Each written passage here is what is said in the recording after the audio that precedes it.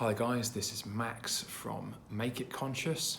Hope you're all doing well. Now, today I'm going to be talking about habit 6, which is mindfulness all day, every day. Now this follows on naturally from habit 5, which is manage your state. Habit 6, mindfulness, very much fits within the mental discipline section of the path. It's a critical habit, just like all 7 habits. And by mindfulness specifically, when we talk about it in the context of the habits, what we mean is present moment awareness. So you might hear other ways of defining mindfulness, but in terms of the habits, this present moment awareness is really all we need to understand as to the definition of mindfulness. But that said, there are more detail we can go into around how that breaks down and how to actually practice that. And as a preface to all of this, it's worth saying for sure that mindfulness is not something you want to be thinking about all the time, because that's thinking. We can be mindful that we are thinking, but mindfulness itself is merely present moment awareness. And so to an extent, words can get in the way, and this is very much a practice. And I sometimes say that the most useful word I can share is practice.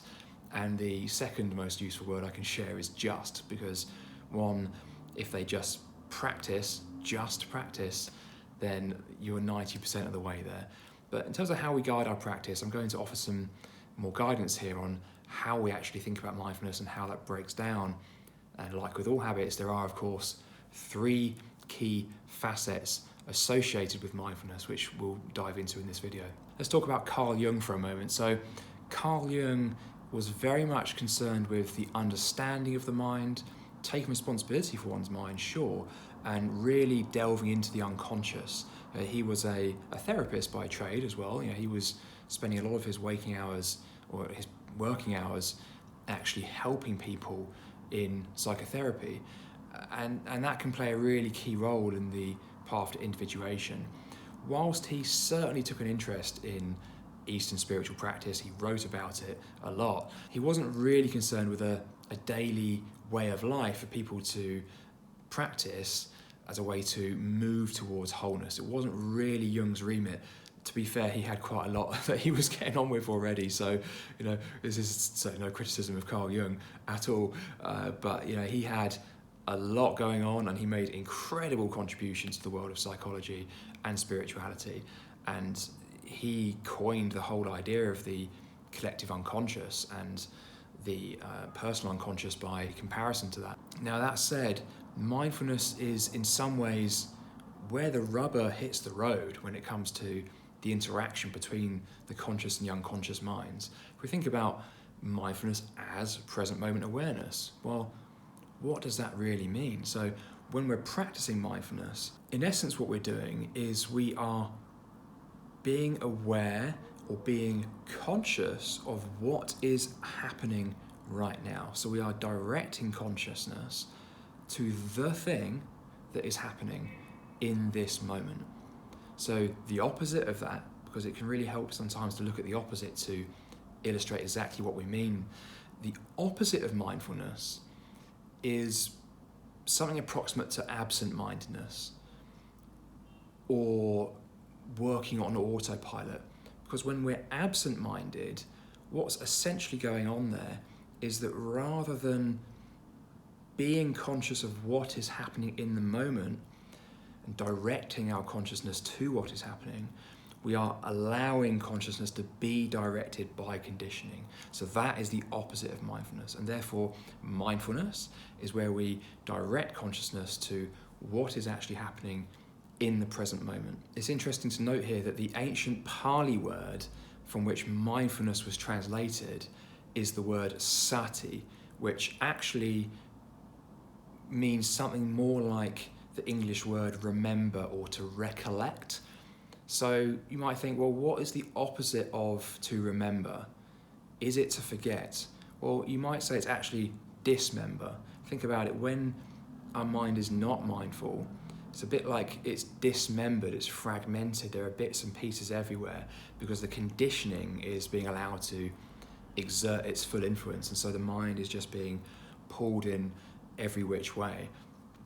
But there's an interesting thing that happens with mindfulness as one practices it more and more. What a lot of people report is that as they make a really conscious intention to practice mindfulness over time, it starts to smooth out and get a bit easier. It reaches a point where the mindfulness is just happening. Like there's a kind of momentum behind the mindfulness.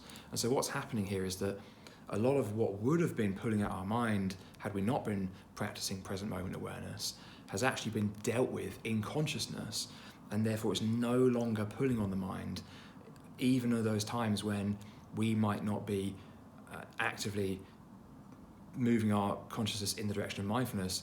There's a kind of flow to it where it's sort of just happening. And of course, it keeps deliberate intention to keep it going, but it's just an interesting reflection there. And it's also a helpful reminder, I think, to people who are just starting to make a conscious effort to be mindful, that it does get easier and it does find its own way of happening. It just sort of starts to happen all by itself the more one practices. So there's never a time when mindfulness is not helpful, and this is very clear in the early Buddhist teachings, is that mindfulness is one of those mind states that is always helpful. Mindfulness not only allows us to deal with whatever suffering states might be arising and respond to those in a skillful way, but by having that clear mind, it also allows us to make more skillful decisions in our daily life that just continue to enhance and bolster this whole process. And the reason for that being that when we're mindful, we're paying attention to what is actually happening, and that means any feelings that might be arising, we're then seeing them clearly rather than being directed by them. Because when we're not being mindful, we are very much being driven by feelings, meaning here pleasant and painful. This is what feeling means in the context of the Buddhist teachings, for sure. It's not so much like our word of feelings, that's more like emotions. Feeling refers more to the affect, whether it's pleasant or painful or neither painful nor pleasant. So when we're not being mindful and we're working just automatically, we're very much bound by feeling. And so it's this feeling that's stored, this capacity for feeling to arise from the unconscious, that acts as our cage. It's like our prison that prevents us from actually becoming our true selves. So again, we're seeing here how the Eastern spiritual practice and the Jungian psychology are an absolute marriage made in heaven, because they are completely working at the same challenge here of human psychology, and each offering an absolutely invaluable part to this whole pursuit. So I think it's a wonderful thing these days that we have both the ancient wisdom, which yes, talked in ways that were very practical and pragmatic, and for better or worse, sometimes that's maybe a little bit misleading because it doesn't quite get to the core of what's really going on at a psychological level. On the other hand, we have Jung, who absolutely worked his hardest to get to the core of what was happening at a psychological level, whilst at the same time realising that models are just models and they are not the territory. But with the introduction of the unconscious as an idea and how that feeds in with what's going on with mindfulness here, that really seems to complete the picture, at least for me. So mindfulness is really kind of where the rubber hits the road in terms of the interaction between the conscious and the unconscious minds. When we're being mindful, we're allowing things to rise into consciousness where they can be handled skillfully. If we're not being mindful, that's when we're just conditioning things, casting them into the shadow, casting them away into the unconscious, where they continue to exert an influence and will inevitably arise in future under certain conditions. So like with all habits in this series, habit 6 also has 3 key facets that can break this down and help guide our practice a little bit further. So even though mindfulness can concisely be thought of as present moment awareness, it can really help us if we break this down into the following 3 facets. And now the first facet is what we refer to as recognize, the propensity to notice what is going on in the mind. So what we're doing when we are practicing facet 1 is we're really training our propensity to notice what is actually happening in the mind. Because of course, for us to actually act in any way at all, whether we're practicing skillful communication, whether we're performing skillful decisions in our livelihood, as well as for us to practice habit 5, manage our state, and deal appropriately with whatever mind state is happening to arise, we need mindfulness for all of that, and we need the propensity to actually notice what is happening in the mind. So when we practice this facet 1, to recognize, we are keeping pace with what is happening. We're endeavoring to be there moment by moment, locking in and know what we are doing. We are directing consciousness to what is actually happening. And if we can do that, then we're far more likely to actually recognize what happens to arise in the mind. And this is also very much what we do during meditation. The difference here is that mindfulness is something we practice all day, every day, whereas meditation is a dedicated training session for the mind, and we'll talk about that in Habit 7. We can look again to Buddhism here for some guidance to break this down even further into how we actually recognize what is happening in the mind and what we're actually looking for there. So the Buddha talks about the 4 foundations of mindfulness, which is a very helpful guide to alert our attention to the kinds of things that arise.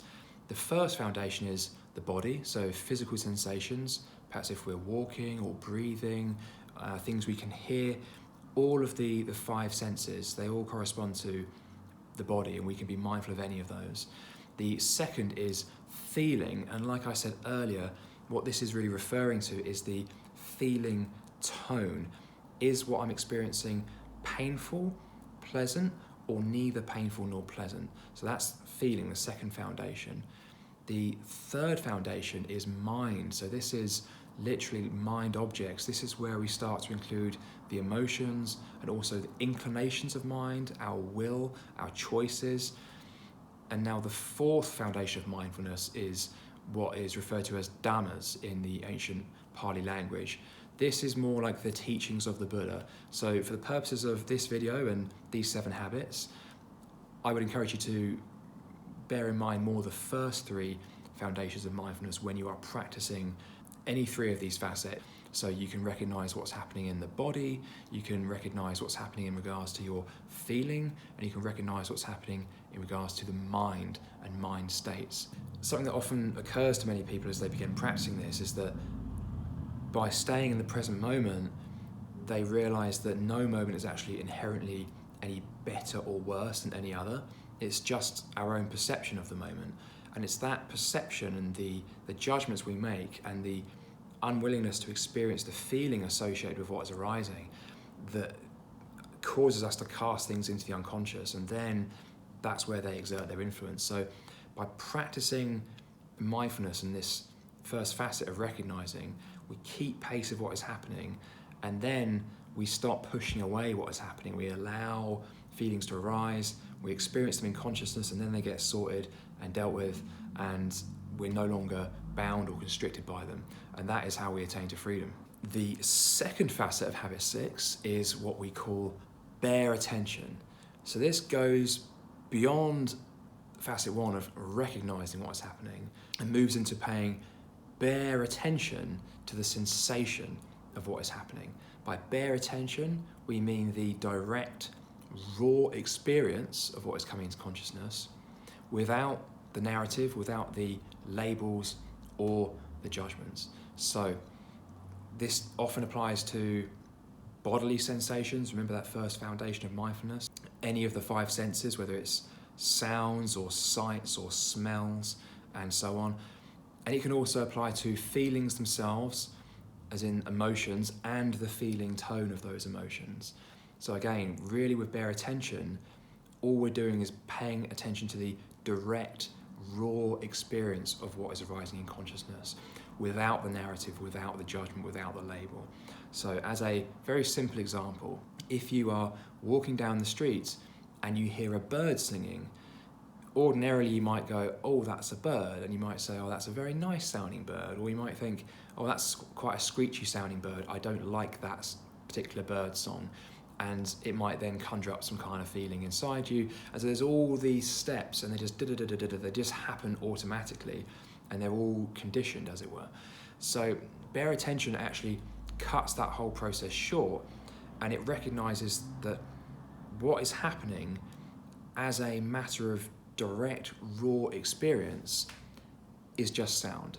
And so we're not really hearing a bird singing. That's actually a narrative we say to explain what's happening, and that is very useful by way of allowing us to navigate this material world. But it's actually also slightly misleading, because as a matter of direct raw experience, that is not actually what's going on. And this might sound kind of innocuous, like, well, what's the harm in saying, like, yeah, of course there's a bird there, of course I'm listening to the bird. But actually, the narratives we assign to experience based on our own assumptions and meanings are the source of all manner of problems, right? This is really, this comes back to habit 1 and habit 2, and understanding that what we experience is not an outer world, it is the mind. And so bare attention brings us back to that, because it is saying, well, it's not even saying anything, it's just paying attention to the direct raw experience of what is happening. And if we can practice that, then gradually over time we can actually start to see that a lot more clearly. And it brings us back to the, again, direct experience of the reality that actually what we're experiencing is sound or sight or taste and so on, or a feeling. That is what is actually happening. And so if we are to see things clearly, we have to understand them and experience them with bare attention, so we can actually see what is really going on. Naturally then, as part of practicing bare attention, we also accept what is happening. In other words, we lay down the resistance to what is happening in that moment. So if it's a particularly painful sensation, like if it's a feeling of, say, shame, like we feel shame, and it's for most people, they would say that's quite a painful emotion. And so rather than judging that feeling, that emotion, and telling stories around it and thinking, what does this mean for me? Who am I? What does this mean for my persona? Am I who I thought I was? Etc. We can just pay bare attention to the direct, raw experience of whatever is happening. And there will be a bodily sensation associated with the emotion of shame. And if we can face up to that emotion, we can actually allow that feeling to run its course, and then it will dissipate. So that is how we practice bare attention. In doing so, we accept what is arising, we no longer resist it. And you know the saying that whatever we resist persists, because if we resist something, it doesn't really go away, it just exits our consciousness for that moment. Where does it go? Of course it goes into the unconscious, where it continues to exert an influence and arise under certain conditions.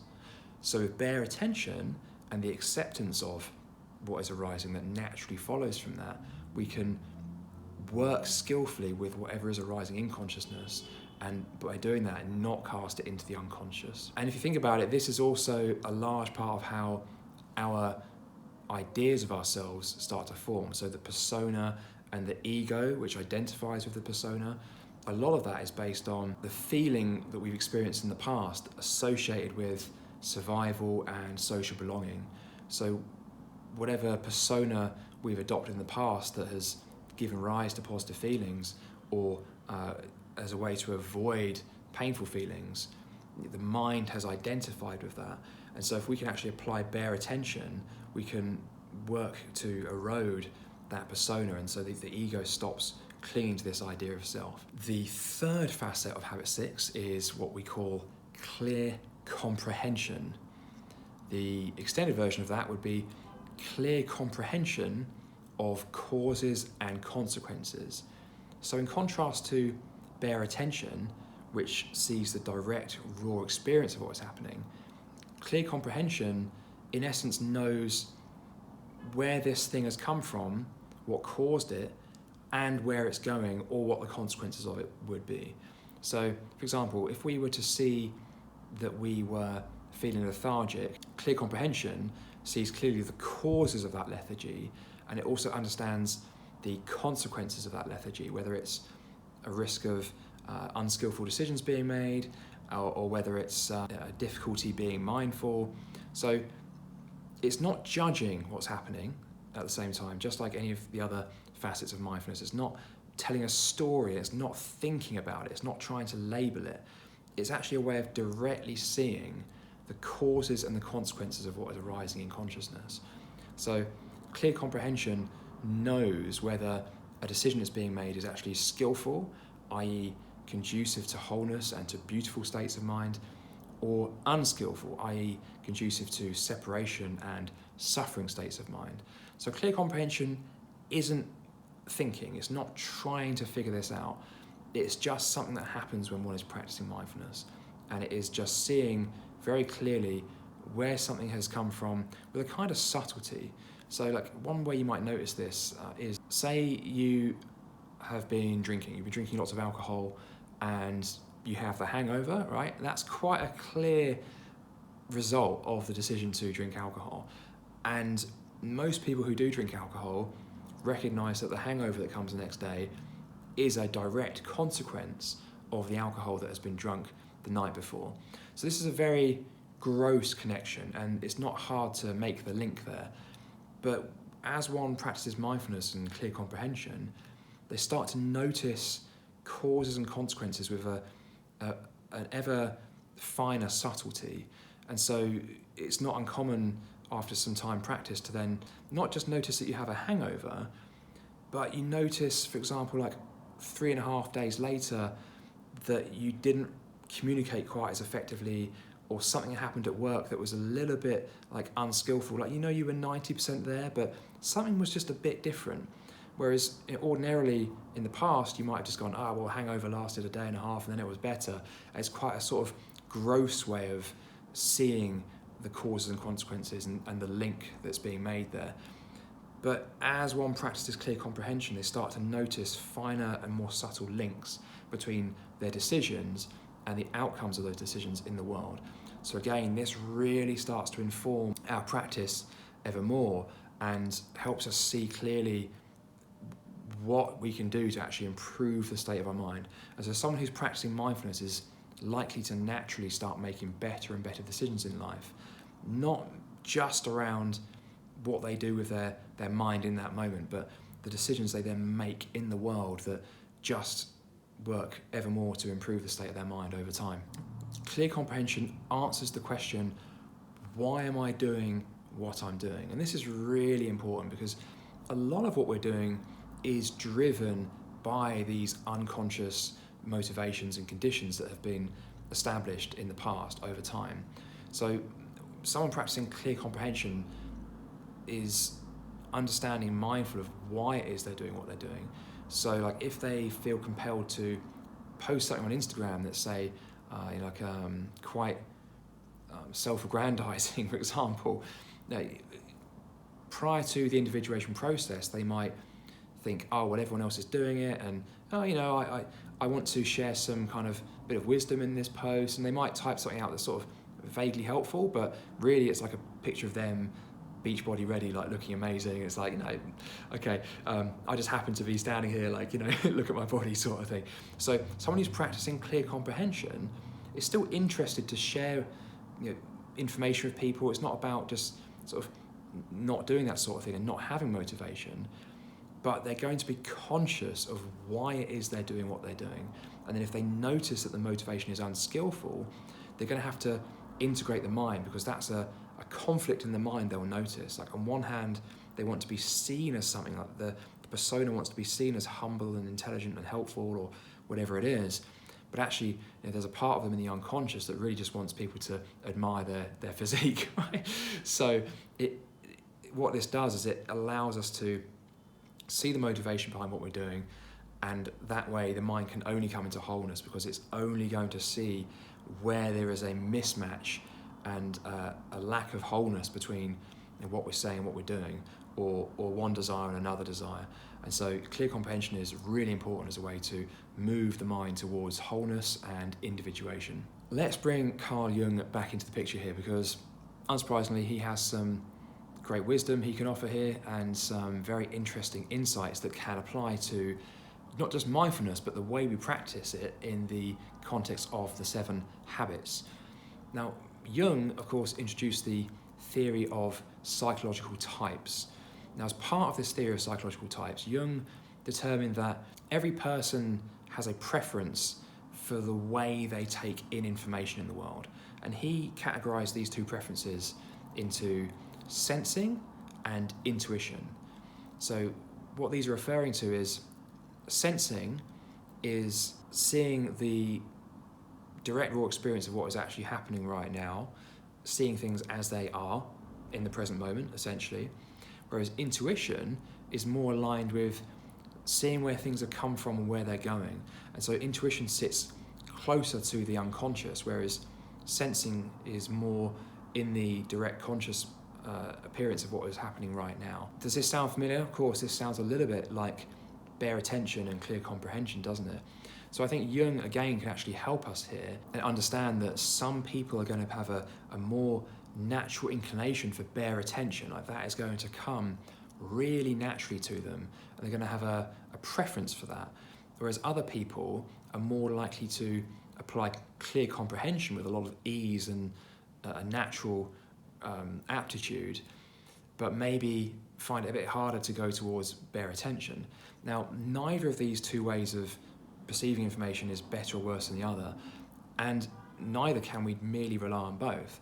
They're both seeing clearly, but they're actually two sides of the very same coin. They're both seeing clearly, but one is seeing the direct raw experience of what is happening right now in consciousness, and the other is essentially seeing the life cycle in a way, or like where things are coming from and where they're going, and hence their presence in the unconscious mind.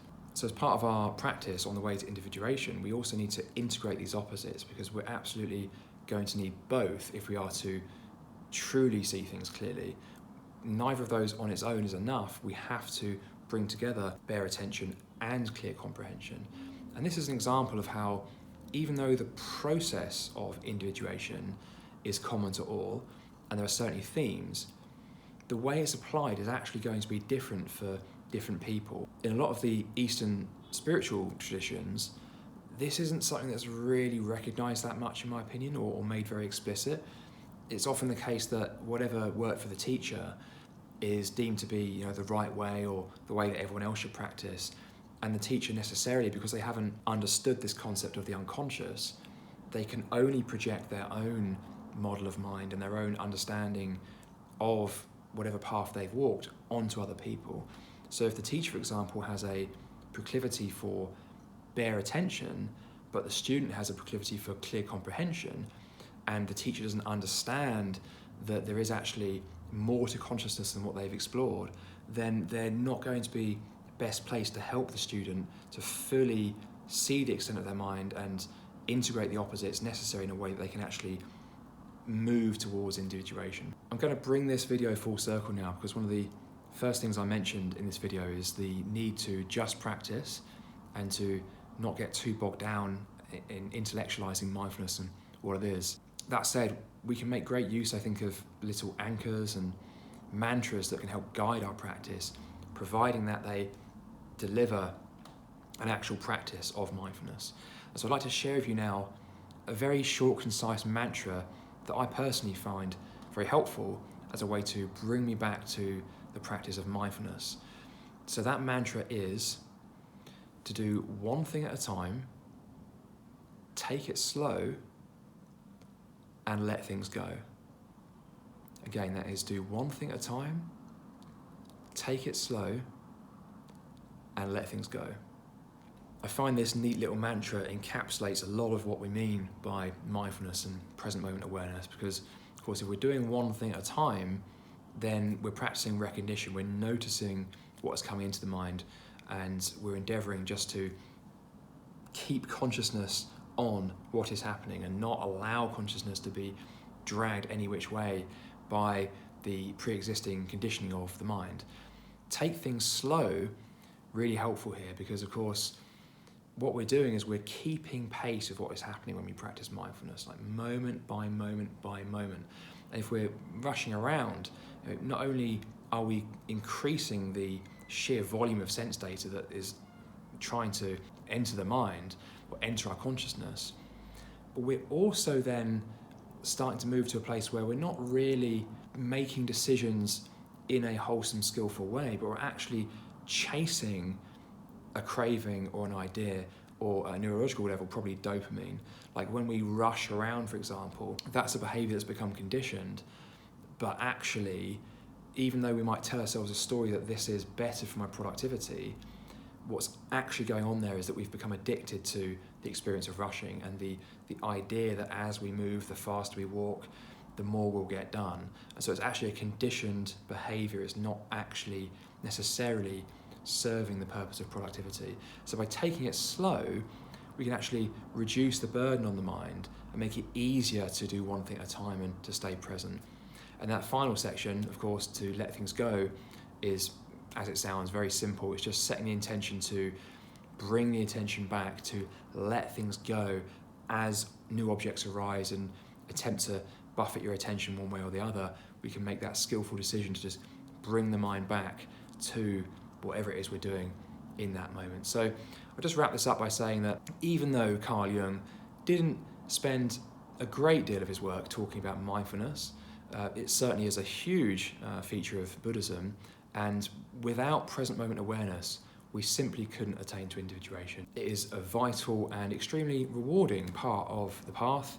It is really, in essence, what life and existence is about, if it's to have any joy or meaning, you could argue, because unless we can be in the present moment with what is happening, then the stress was meaningless anyway. If we can't enjoy and we can't be present, then what are we rushing around for anyway, right? So you could argue that there's perhaps no greater practice than the practice of maintaining your attention to the present moment. So with that said, guys, I shall leave it there. Hope that was useful. I shall chat to you next time.